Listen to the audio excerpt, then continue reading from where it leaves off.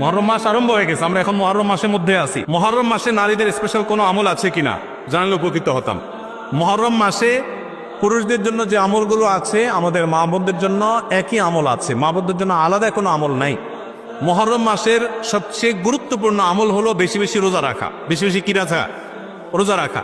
নবী করিম সাল্লাল্লাহু আলাইহি সাল্লাম বলেছেন, আফদালুস সিয়ামি বা'দা রমাদান শাহরুল্লাহিল মুহররম।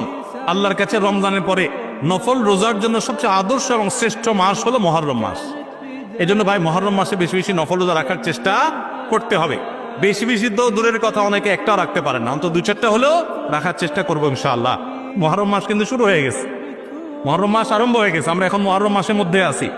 সম্মানিত মাসের মধ্যে সম্মানিত 4টা মাস আছে, এর ভিতরে সবচেয়ে শ্রেষ্ঠ হলো এই মুহররম মাস, বছরের প্রথম মাস, হিজরি বর্ষের।